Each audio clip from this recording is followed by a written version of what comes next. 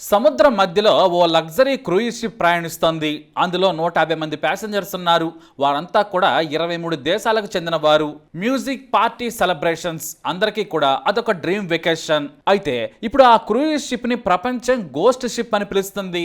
ఎందుకంటే April 1, 2026న అర్జెంటీనాలోని ఉషియా port నుంచి ఆ క్రూయిజ్ షిప్ అంటార్కిటికా బయలుదేరింది. అయితే ఏప్రిల్ 5వ తేదీన ఓ 70 ఏళ్ల డచ్ ప్యాసింజర్ ఒక్కసారిగా సిక్ అయ్యాడు. ఫీవర్, హెడేక్, బాడీ పెయిన్స్, అందరూ నార్మల్ అనుకున్నారు. షిప్ మెడికల్ స్టాఫ్ కూడా పెద్దగా సీరియస్ గా తీసుకోలేదు. కానీ కొద్ది రోజుల్లోనే పరిస్థితి పూర్తిగా మారిపోయింది. ఆ వ్యక్తికి ఊపిరి తీసుకోవడం కష్టమైంది. లంగ్స్ లో ఫ్లూయిడ్ చేరడం మొదలైంది. చివరికి ఏప్రిల్ 11వ తేదీన ఆ ప్యాసింజర్ ఆ షిప్ లోనే చనిపోయాడు. ఆ ఘటనతో ప్యాసింజర్స్ అంతా కూడా ఫియర్ లోకి వెళ్లిపోయారు. కానీ అసలు కథ ఇంకా మొదలు కాలేదు. ఏప్రిల్ 24న షిప్ సెయింట్ హెలీనా చేరింది.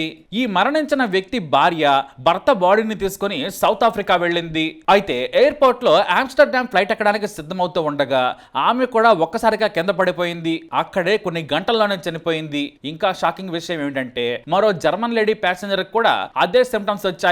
ఆమె కూడా కొద్ది రోజుల తర్వాత చనిపోయింది. ఇలా ఒకరి తర్వాత ఒకరికి అటాక్ అవుతూ వచ్చింది. మరి ఇంతకీ ఇది ఏం డిసీజ్ అని వెంటనే WHO శాంపిల్ టెస్ట్ చేసింది. అప్పుడు బయటపడిన నిజం ప్రపంచాన్ని భయపెట్టింది. అది హంటా వైరస్. అంటే ఇదొక రేర్ వైరస్. ఒక్కసారి లంగ్స్ లోకి అటాక్ చేస్తే పేషెంట్ కి ఊపిరి తీసుకోవటం ఆల్మోస్ట్ ఇంపాసిబుల్. ఇంకా డేంజరస్ విషయం ఏమిటంటే ఈ వైరస్ కి ఇప్పటికీ ప్రాపర్ వ్యాక్సిన్ లేదు, స్పెసిఫిక్ మెడిసిన్ కూడా లేదు. డాక్టర్స్ చేయగలిగింది ఒకటే, ఐసీయూలో పేషెంట్ నుంచి బాడీ ఫైట్ చేయమని.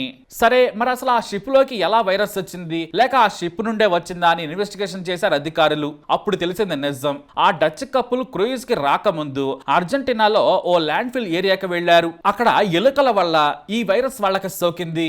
ఇక ఆ షిప్ లో క్లోజ్ కాంటాక్ట్ వల్ల ఇంకొంతమందికి స్ప్రెడ్ అయ్యే అవకాశాలున్నాయి. అక్కడి నుంచే ప్రపంచ దేశాలన్నీ కూడా వణికిపోయాయి. ఇక అప్పటి నుంచి ప్రపంచ మీడియా దానికి పేరు పెట్టేసింది గోస్ట్ షిప్ అని. మరి అసలు ఏంటి హంటా వైరస్, దాని గురించి పూర్తిగా తెలుసుకుందాం. 2020లో కరోనా ప్రపంచాన్ని వణికించిన తర్వాత మరోసారి హంటా వైరస్ అనే పేరు సోషల్ మీడియాలో ట్రెండ్ అవడం మొదలైంది. చాలా మంది ఇది కొత్త వైరస్ అనుకున్నారు. కానీ అసలు నిజం ఏంటంటే హంటా వైరస్ కొత్తది కాదు. దాని చరిత్ర దాదాపు 70 ఏళ్లకు పైగానే ఉంది. కానీ ప్రపంచంలో చాలా మందికి ఈ వైరస్ గురించి తెలియదు. కానీ ఇది కరోనా లాగా వేగంగా వ్యాప్తించదు. కానీ ఒక్కసారి సోకితే మాత్రం ప్రాణాలపై తీవ్ర ప్రభావం చూపుతుంది. ముఖ్యంగా ఎలుకల మూత్రం, మలం, లాలాజలం ద్వారా మనుషులకు ఈ వైరస్ సోకుతుంది. శరీరంలోని ఊపిరితిత్తులను దెబ్బతీస్తుంది.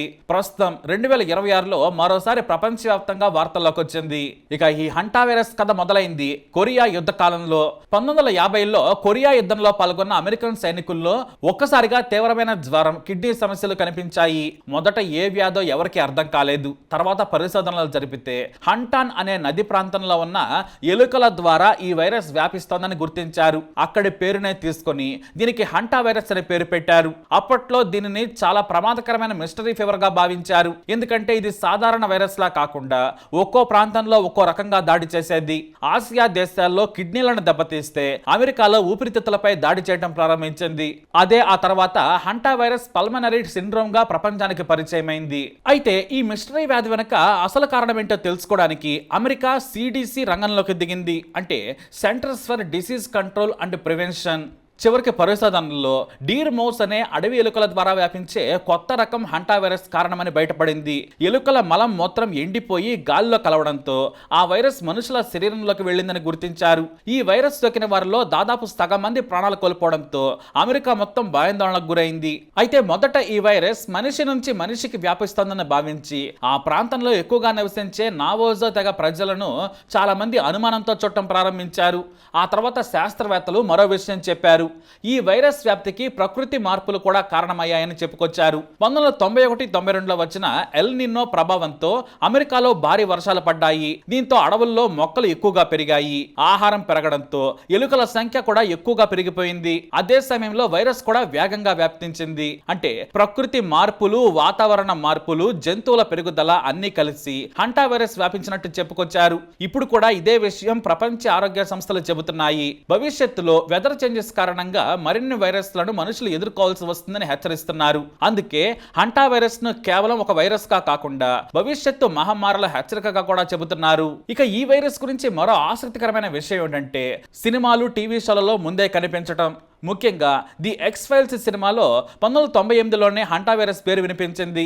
ఈ సినిమాలో ప్రభుత్వం ఒక రహస్య వైరస్ ను దాచేందుకు హంటా వైరస్ అవుట్ బ్రేక్ ను ఉపయోగిస్తుందనే కథ ఉంటుంది. ఇప్పుడు నిజ జీవితంలో మళ్ళీ హంటా వైరస్ వార్తల్లోకి రావడంతో సోషల్ మీడియాలో చాలా మంది ఇది ముందే చెప్పేశారంటూ వీడియోలు షేర్ చేస్తున్నారు. అంతేకాదు ది సింప్సన్స్ కార్టూన్ లో కూడా ఓ వైరస్ షిప్ లో వ్యాపించే ఎపిసోడ్ ఇప్పుడు వైరల్ గా మారింది. నిపుణులు మాత్రం ఇవి కేవలం యాదృచ్ఛిక సంఘటనలే అంటున్నారు. కానీ ప్రపంచవ్యాప్తంగా మాత్రం సింప్సన్ మళ్ళీ నిజం చెప్పిందా అనే చర్చ కూడా బాగా నడుస్తోంది. ఇక మన క్రూయిజ్ షిప్ విషయానికి వస్తే హంటా వైరస్ కేసులు బయటపడడంతో ప్రపంచం మళ్ళీ టెన్షన్ లోకి వెళ్ళింది. ఈ షిప్ లో ప్రయాణించిన కొందరిలో యాండీస్ వైరస్ అనే హంటా వైరస్ రకం గుర్తించారు. ఇది చాలా అరుదైన వైరస్. ఎందుకంటే ఇతర హంటా వైరస్ తో పోలిస్తే ఇది మనిషి నుంచి మనిషికి స్పీడ్ గా వ్యాప్తిస్తుంది. దీంతో WHO అలాగే అమెరికా CDC సహా అన్ని దేశాలు అలర్ట్ అయ్యాయి. ఆ షిప్ లో ఉన్న వారిని క్వారంటైన్ లో ఉంచారు. అయితే నిపుణులు మాత్రం ఇది కరోనా స్థాయిలో వ్యాపించే అవకాశం చాలా తక్కువ అని చెబుతున్నారు. ఎందుకంటే ఈ వైరస్ అంత ఈజీగా ఒకరి నుంచి మరొకరికి వ్యాపించదు. ఎక్కువసేపు దగ్గరగా ఉండటం, బాడీ ఫ్లూయిడ్స్ ద్వారా కాంటాక్ట్ ఉండడం వల్లే సోకే ప్రమాదం ఉంటుంది. కరోనా లాగా గాల్లో వేగంగా పాకదు. కానీ ఒకసారి సోకితే మాత్రం పరిస్థితి చాలా డేంజర్. దాదాపు 50% వరకు ప్రాణాలు కోల్పోయే అవకాశం ఉంటుంది. ఇక దీని లక్షణాలు జ్వరం, ఒళ్ళు నొప్పులు, అలసటగా మొదలవుతుంది. చాలా మంది దాన్ని ఫ్లూ అనుకుని నిర్లక్ష్యం చేస్తారు. కానీ కొన్ని రోజుల తర్వాత ఒక్కసారిగా ఊపిరాడకపోవటం, ఊపిరితిత్తుల్లో నీరు చేరడం మొదలవుతుంది. కొన్ని కేసుల్లో కిడ్నీలు కూడా ఫెయిల్ అవుతుంటాయి. దీన్ని సైలెంట్ కిల్లర్ వైరస్ అని కూడా పిలుస్తారు. ముఖ్యంగా పాత గోడౌన్ లాంటివి, ఎలుకలు తిరిగే ప్రదేశాల్లో ఈ వైరస్ సోకే ప్రమాదం ఎక్కువ. ఎలుకల మలాన్ని అస్సలు నేరుగా తాకకూడదు. అలాగే ఆ వాసన కూడా ఎక్కువసేపు పీల్చకూడదు. అలాంటి పరిస్థితులే వస్తే తప్పనిసరిగా మాస్కులు, గ్లౌస్ వాడాలి. ఇక సోషల్ మీడియాలో అయితే ఇప్పటికే ఎన్నో కుట్ర సిద్ధాంతాలు వైరల్ అవుతున్నాయి. ఇది ముందే ప్లాన్ చేశారు, సినిమాల్లో ముందే చెప్పేశారు, మరో మహమ్మారి వస్తుందంటూ వీడియోలు, పోస్టులు పెద్ద ఎత్తున షేర్ చేస్తున్నారు. కానీ సైంటిస్టులు చెప్పేది ఏంటంటే హంటా వైరస్ అనేది సహజంగా జంతువుల నుంచి మనుషులకు వచ్చే వైరస్ అని. ముఖ్యంగా వాతావరణ మార్పులు, మనుషులు అడవి ప్రాంతాల్లోకి ఎక్కువగా వెళ్లడం వల్ల ఇలాంటి వైరస్లు బయటకు వచ్చే అవకాశాలు పెరుగుతున్నాయని హెచ్చరిస్తున్నారు. శుభ్రంగా ఉన్న ప్రదేశాల్లో ఈ వైరస్ రావడానికి అవకాశాలే లేవు. ఎలుకలు ఎక్కువగా ఉండే చోట మాత్రమే ఈ వైరస్ సోకుతుంది. అంతేగాని కరోనా లాంటి మహమ్మారి కానే కాదు. మన ఇంటి పరిసర ప్రాంతాలు శుభ్రంగా ఉంచుకుంటే చాలు. మరి ఈ ఇన్ఫర్మేషన్ ని తప్పకుండా షేర్ చేయండి. వీడియోని లైక్ చేయండి, మా ఛానల్ సబ్స్క్రైబ్ చేసుకోండి.